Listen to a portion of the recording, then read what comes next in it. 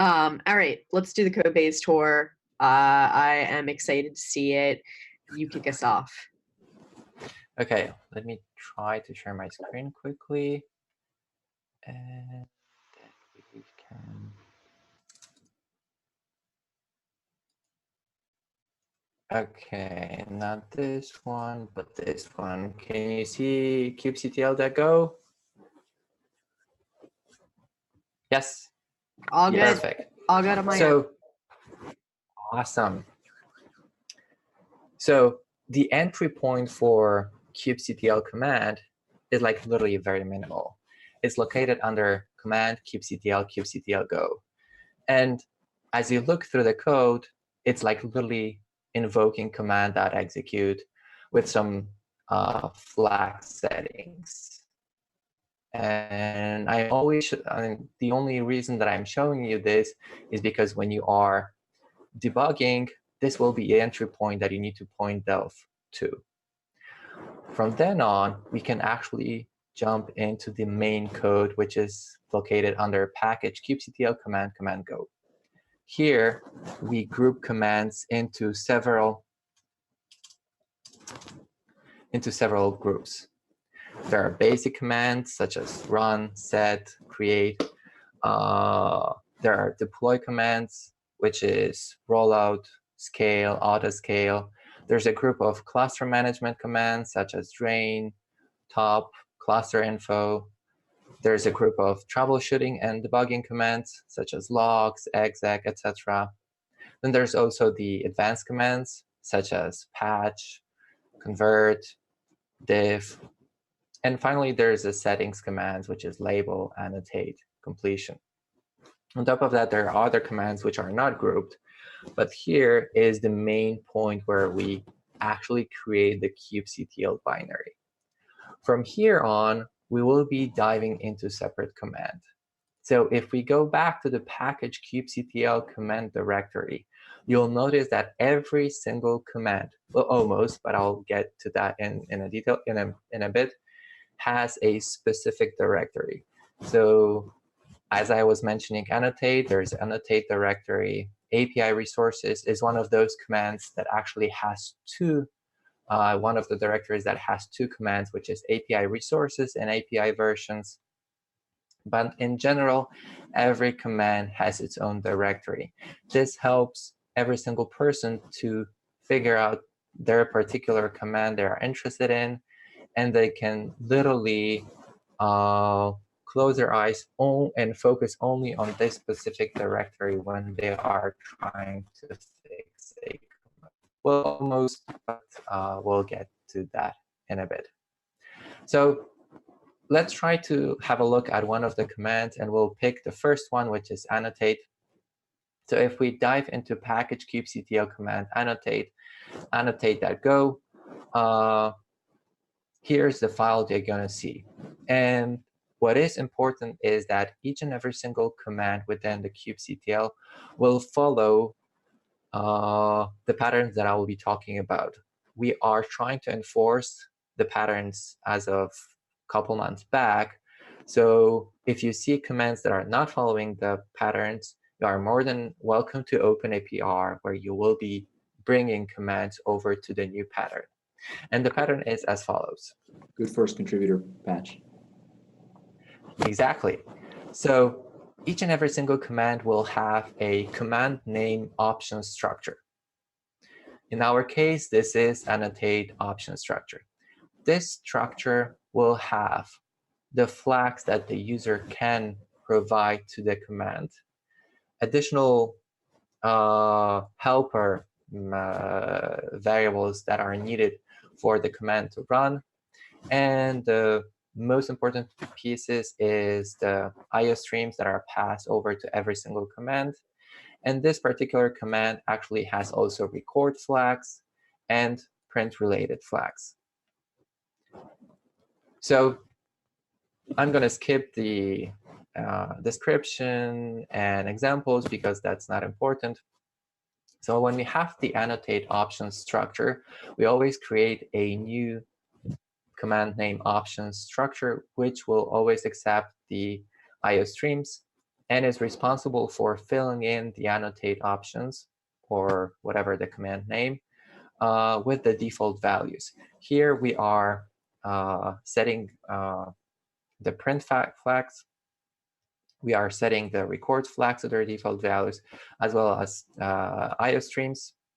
On top of that, you will be setting, this is the place where you will be setting the default values for your flags that the user will then see. So next to the options constructor, there will be always a constructor for the method. And if you recall the command and go that I was talking about a minute ago, you probably noticed when I was going through the code very quickly that there was an invocation, annotate that new command, annotate. This is the entry point for each and every single command in kubectl.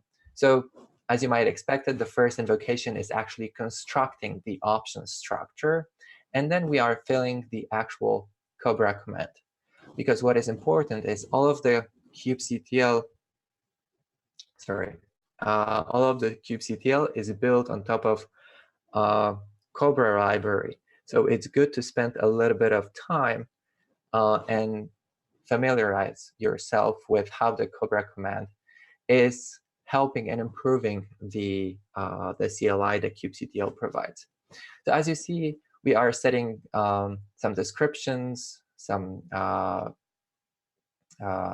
sample usage of the command, example, and the most important part, which is the run, which is the heart of the command. But we'll get back to the run method and its contents in a bit. Once we have the Cobra command structure filled in, we can assign the flags. Here we bind the record and the print flags, as well as the local flags for that particular command. So you'll see that we are binding override, local selector, field selector, etc., flags from the options structure that we created a minute ago. Once we're done, we can return the command, which is then being constructed through the Cobra mechanism into the final execution. Now let's focus on the run, because the run is also crucial.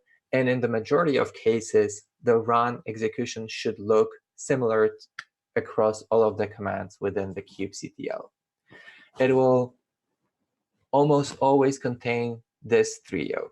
And I'll go through each and every single method so that you know what is important. The order will always be complete, validate, and run. It might happen that some of the commands will not have the three of them, but at least the minimal would be complete and run. And let me explain you why this trio and that particular order is important. So let's jump to the complete method. As you see, the complete method is filling in, well, it's actually starting with calling complete methods for the record flags, as well as for the print flags. So when we built this, it was to translate from the flags to the actual data that we need to run, right? Exactly. Yeah. So ooh, I like that on top of that, this is good. Exactly. Yeah, I'm the guy to blame. Exactly. David was one of those that invented that we'll go with this pattern, which is like working so much better than what we had before. So aside from record flags and printer flags, we will also put here all of the initial values that you want to have for your command, such as reading configs, creating your clients, parsing additional flags, and whatnot that you will be needing for further command executions. So once we have the annotate structure filled in, annotate options structure filled in, that's why the complete is named complete, because it is meant to complete the annotate options structure. We invoke validate. In the majority of, yeah, go ahead, David. Can I just interject and explain why we wanted to separate out the flags from the actual struct itself? Of course. So one of the problems that we had with many of the original kubectl commands was that unit testing them was practically impossible. And the reason you ended up with trouble was that you essentially had to simulate a command line invocation to be able to test an entire piece at once, because the run method, there was always a run method, but the run method would actually be parsing information out of the command line as it went. And it meant that you weren't able to write a unit test that would say, does this discrete unit of function work? Because there was no way to sort of get past all the cruft. So we didn't have any unit tests. And even now, unit tests are sparse in kubectl. Switching to this structure makes it so that when you're actually running from the command line, there is a single place to do a mapping from the command line itself to the options that are actually going to be run. But for a unit test, you can simulate and put whatever you want inside that option struct and call any submethod that you have, whether it's the entire run or whether it's something different. And it's much more powerful in terms of being able to do the mocks and the tests. Yeah, and on top of that, it also allows you to share the logic for specific functionality, such as the printers that you've seen a minute ago. We extracted a piece of code which currently lives inside of the CLI runtime, so every single plugin author for kubectl can reuse the same functionality of the printers for printing all of the kube built-in resources as well as the CRDs in the same way that the kubectl does. Similarly for record, you'll find flags, you'll find commands reusing the deletion invocations from the delete method. So packaging those into the structures allowed us also to reuse some piece of commands, more or less, in other commands whenever they are necessary. So that's also a great win for no duplication within the kubectl code base. Okay, on to the validate method in that case. So the reason for the validate method is, as you might expect, is to validate the annotate options is filled in based on your needs. In majority of cases, but not limited, it will only validate the flags that the user can provide. So in this particular case, we are validating whether all end selector was passed together because that's not allowed, or whether new annotation and remove annotation are provided, and we are actually validating the annotation themselves, whether the values that they were provided are valid. So basically, the idea is to ensure that the annotate option structure after the validate invocation is valid to actually run the command itself. And on going to the actual run command, which will be called either run or run command name, we have the raw logic of the command, which in this particular case is using the builder,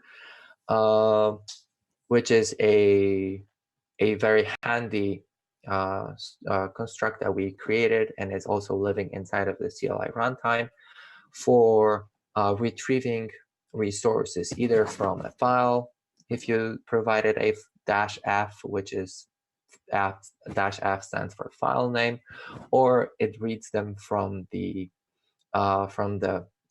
API server, depending on how you provided the values, and reading those values from the config.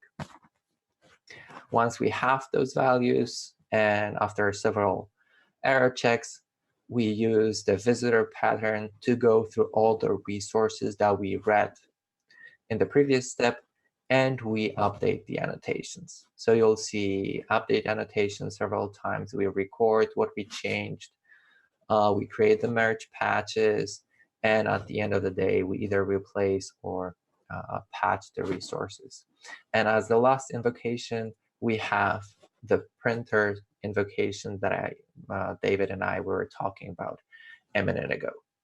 So each and every single command has that structure, and we're more than happy to accept PRs from new contributors, which are turning the old commands over to the new structure. A few additional tips for kubectl contributors before we will close. Always next to the command within the same directory, which is in our case annotate, there will be the regular tests file, which is regular Go unit tests. And like David was mentioning, the tests currently are much better to write because we can actually focus only on the particular parts of the command that we care about validating. In majority of cases, the complete method is not tested because it is responsible for creating clients, etc., and it's not required to be tested so thoroughly. The validate and most importantly, the run method are the ones that we care about testing, and these are part of the unit test that we are running against the kubectl. On top of the unit tests, each and every single kubectl command also has a set of bash tests.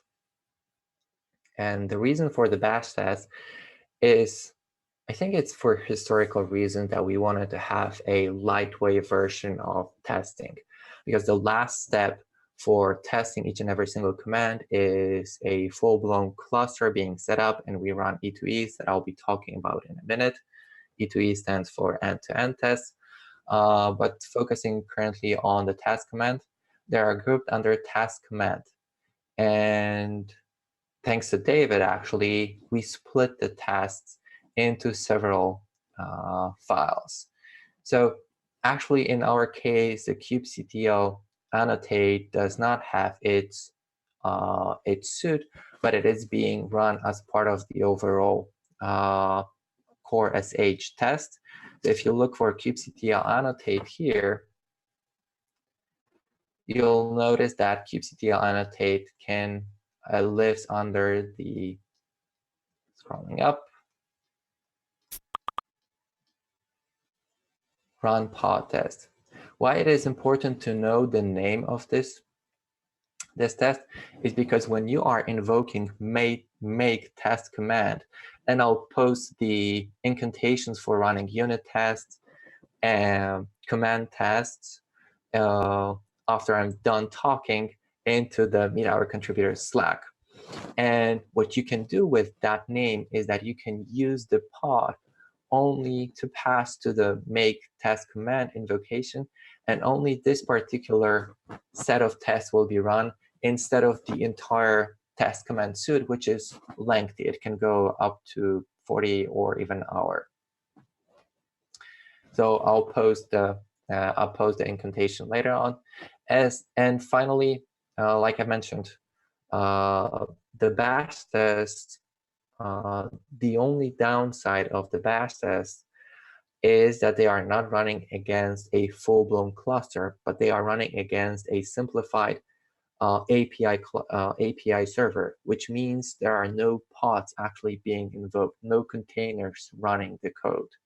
So when you want to actually verify whether the kubectl logs or kubectl exec are working properly, you need to invoke end-to-end tests. These, again, live in test, E2E, kubectl directory, but are not limited to this directory. Sorry. There are other directories. kubectl basically spills all over the code base, and that is also true for E2Es. But the majority of the kubectl tests live inside of the test E2E kubectl, and these are run against a full-blown cluster so that you can properly verify the functionality. You'll notice probably that there's a port forward separate file, which is testing the functionality of the port forward functionality. I think with that, I'm going to close. And if you want to hear more, I will be actually doing similar code base here during 6 Eli intro in KubeCon in Barcelona. So feel free to step by and ask some more questions. I'll be more than happy to give some more in-depth knowledge about particular pieces of code. Or at the same time, if you have feedback, what I should be talking more and what less, I'll be more than happy to hear about it as well on Slack or Twitter. Getting good at this media thing. Getting real good. Close I'm trying. enough. You gave us an action. It was great. Amazing. Thank you. Yeah. All right. Well, that actually ends our session. Hold on, actually, let me just make sure we don't cut anybody's question off. I think I asked all the DMs. Let's see. Nope, we got everybody. All right. So one more time, I want to thank you again for your time. Both of you are awesome. George as well. George is our VJ that everybody just sees as George Castro and Streambot on the stream right now, making sure that YouTube is acting okay and everybody can hear us and things like that. Thanks to Red Hat for your time too, and helping the upstream community. You both are amazing humans, and I look forward to working with you more in the future.